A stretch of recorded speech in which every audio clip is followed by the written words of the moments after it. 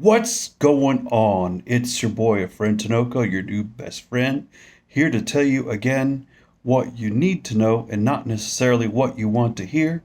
And I'm coming at you again from my home in North Memphis, 38107, a less celebrated part of Memphis, but definitely Memphis nonetheless. And living in Memphis, growing up in Memphis, uh, in the years after the King assassination, life had a lot of racial overtones for sure. Especially passing as Anglo, whatever, or some kind of white, but um, you know, being Latino and people look at me like I grew two heads when I started speaking Spanish to my mom and that kind of thing. Anyway, but this is what the new segment is about. This is a necessary conversation um, among Latinos and for people in the greater community, in mainstream community, to understand a little of our history. Now that I'm here speaking to you, giving to you the fourth installment of Hispanic Heritage Month. Is it the fourth? I think so. But we'll see. I'll number it correctly on the bottom. Uh, you know,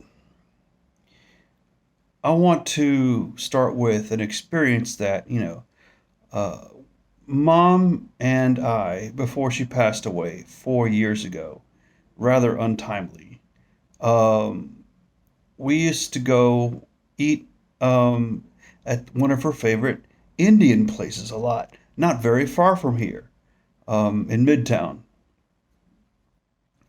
And so we were inside, we were speaking in Spanish, and the lady of the restaurant came up to us and, seated us, walked us around past a number of other people, away from the buffet itself, which we came to eat at, and seated us close to the back exit, close to nobody. And I thought that was a little odd. My mother, my mother, who was rarely firm about anything, you know, gave a uh, gave a reply to the hostess, who was basically the mother of the family who owned the restaurant. Is no, no, no, no.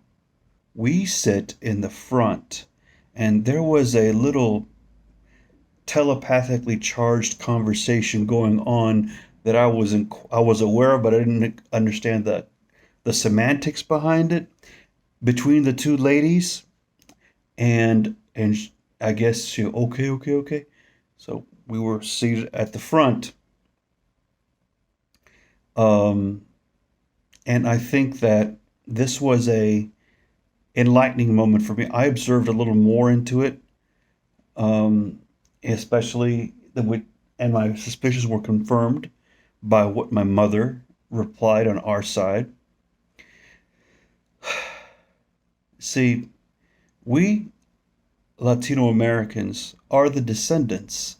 All of us are descendants of a certain caste system, similar to what we learn in detail in school about the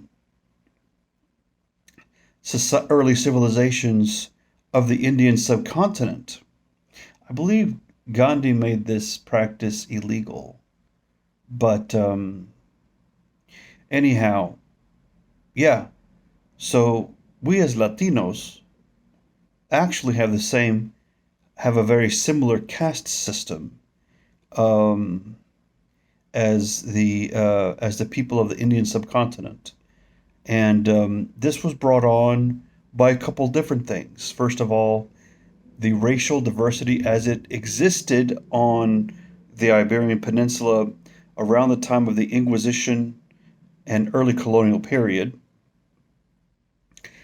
and the colonization. The First of all, I'm going to give you a little visual aid about what the reality was in Latin America. There's actually a separate one for the Spanish Philippines because it had, indigenous Filipinos, Spaniards, and their descendants born in the Philippines, and ethnic Chinese. So it was like basically Spanish groupings, um, Chinese groupings, and then indigenous groupings. Interesting. I forget the name of the tribes that they referred to, but yeah, they're referred to explicitly the indigenous tribes of the Philippines. But anyway, we'll look at the visual aid that we see here and make sure that it's on my computer. Right? And we see a pyramid. Up top, we see the Spaniards, uh, white folks born in Spain in the colonies. The kings wanted to make sure that the um, people in the colonies were loyal to the crown. So this was their privilege in society. They can get a lot of better jobs, like maybe high officers in the military and such. The criollos, which were Spaniards actually born in the colonies in the Americas, or Creole people. Mestizos, we know this is where we get the word from. European and indigenous people. Mulattoes, this is also where we get the word from of people of mixed European and African ancestries. This is a word that we have even in the English side today. Zambos, indigenous and African, I know this kind of as lobos, like the word for wolf, for some reason. And of course, indigenous peoples, indios or Indians, as they like to say. And I don't know, this is kind of funny because they say Africans, people phenotypically African descent. You know, this is where we get the word negros or negro, as we like to um, say. So these were the actual, um, the way they were considered um, in society. If you were to be um, in Spain itself around the time of the Inquisition, see, they had around the time of the Inquisition, early colonial period in Spain itself, you had, um, of course, Jews that were left over from the escape from the crackdown of the Roman Empire. The uh, what do you what do you what do you call the I forget those that Jewish community. What it was called, the one that's in Spain. Also, Arabs. Um, the curly-headed Negroid Moors, as well as Germanic Visigothic people, as well as uh, Italian type of Roman Latin people.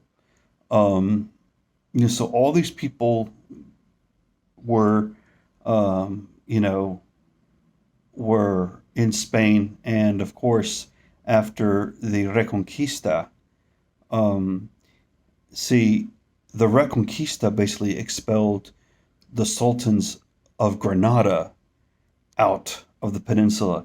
It did not expel Arabs. There were Arabs that still stayed behind. They, of course, probably in large part adopted Christianity, but they, um, because given a choice between keeping your religion and leaving Spain, that is actually a very compelling deal there because, Spain's a cool place. It was always a cool place, especially, in the, from antiquity to, to the Middle Ages, for darn sure. The weather and the fertility of the land and just the dynamism of the people and business opportunities and colonization, so it was it was a neat place to be. Pre-industrial revolution for sure. But anyhow, um, so what of um, the colonial era? Well, the castes were there to make sure that certain people accepted certain jobs. For example, the hard work, we say slaves, but a lot of the hard work in the fields, in the haciendas, or in households, because factories weren't a big thing. Mines were, though. There were a lot of mines in Latin America. Um, you had, first indigenous peoples were basically relegated to those tough jobs. And these systems were put in place to make sure that, you know, they these folks were kept in these jobs, and then the criollos could lord over them, or maybe the mestizos could be the foreman of these jobs, or maybe little clerks or something, or be porters or delivery people. But so, and of course, um, criollos could be priests, or but never like bishops. Those were going to be the peninsulares, the Spaniards born in Spain for the most part. Um, so you had a lot of segregation, of course, and then when large numbers of African people were introduced into Latin America, they were done so in large part to replace the indigenous folks who were killed off in large part because of the exposure to European disease, which is why in Central America and the Caribbean in particular, we know that the Caribbean was um, devastating on a scale of the De Soto expedition within the Caribbean, within the indigenous peoples, for the indigenous people, like not a lot of not a lot of Carib Indians or native peoples left in the islands of Quisqueya and the islands of which was, I think, the original name of the island of Hispaniola, where Haiti and the Dominican Republic are, in Cuba, or in this. There's just a massive loss, as like the high majority of people of Carib descent um, did not survive, and so a lot of these places were supplanted. The sugar plantations and such, they were supplanted, and sulfur mines supplanted with African people. This also occurred in Colombia in large part, to a lesser extent in Mexico, especially on the southern Pacific side and the Yucatan, and all over Central America. You see the Central American soccer teams play, and there's no doubt that those national teams, they have a lot of indigenous, a lot of black folk on them. You have the folks, Colombia, Venezuela, Ecuador, Panama, those states that broke up from the Viceroyalty of New Granada. Haha, remember that other one? Those are obviously a lot of black folk. And you turn on any TV channel on a baseball game, and of course, there's no doubt that we can see the Afro Caribbean component of baseball of the Caribbean islands. But I bring this up because this segregation among professions and society, which is formalized in legal code in the colonies, was actually, you know, it did get a lot of traction, and a lot of people still have this today. I will do a casual observation of, if you think about, they had a lot of revolutions in Latin America, a lot of them for independence, Some of those were based on equality and, among the different people of the different castes, to break open opportunities, for example, and less diminish the role of the crown.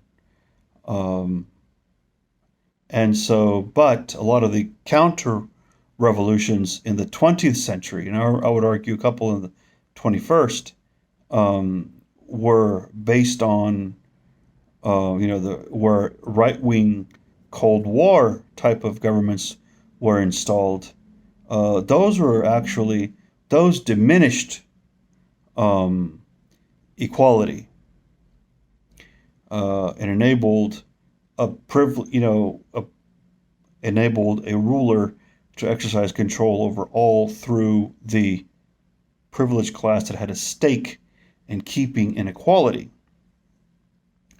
I would argue that a lot of folk who come from Venezuela and Cuba, that are here in the United States and look like me, kind of fair, are caught up in these notions of those types of people. We are good people. They are a lower class of people. I'm translating loosely the mindset in the conversations that would occur, because these um, peoples were benefiting from a Cold War turn to um, to uh, fascism or corporatism in their respective countries, and then when there was a communist or socialist reaction, one more dramatic than the other for sure, irrespective of what you want to argue. The people who benefited from the inequality fled to the United States. So I want to go more on political ideology within Latin America for sure. But some of it is a lot of social um, stuff, a lot of racially tinged stuff in Latin America exists today. I mean, we think about my guy George Zimmerman, uh, right? Jorge Zimmerman. Um, and I remember, I think it was the Miss Bolivia in the Miss Universe pageant. She said that in her interview, like she came to represent that not everything in Bolivia is Indian. We have other things going on. We have good parts, in Bolivia as well. And I come to to represent that. So of course, out last place in the interview. I was embarrassed for her. Um, and so basically a lot of this thinking sometimes is used to perpetrate big injustices. Um, Whether or not you think that Evo Morales in Bolivia was a corrupt person, which is, you know, for sure, that crazy lady who they put into Bolivia was put there in order to get folks the access to the salt flats where the lithium is, at the expense of the indigenous people who were put down because they were not Christian. We were going to hold up the Bible and restrain these people. That smacks of the um, colonial caste system thinking, um, as expressed in political campaigns. So, anyhow, I'll go into the ideologies later, but for sure, a lot of the revolution for independence from Spain that occurred um, in the early part of the 19th century, starting with the 6 countries we talked about in New Spain, in North America, um, were based on equality, or motivated by equality. It was a kind of like a more a moral. That was the moral appeal to them. So um, there's some correspondence, some matching of Latin American history and Latin American culture, both good and bad, with respect to racial animus and political transformation, that jives perfectly with the societies that descend from the Anglo-American colonies. And so I would invite you all to consider the complexity of the ethnic and the um, historical attitudes towards race in Latin America, and see why, for example, um, the same fight is fought other places. You know, I will close and also say that it is my favorable observation that those of us who grow up in the United States often do not inherit all of the prejudices and the indoctrinations of our forefathers once we come here, because a lot of that just gets, you know, dissolved in the more pluralistic, let's say, United States. So, kind of, it was just kind of like a friction point between us and our parents sometime. I hope. But anyway, those are my musings from North Memphis about Hispanic Heritage Month today, September the 20th. And I will see you guys later.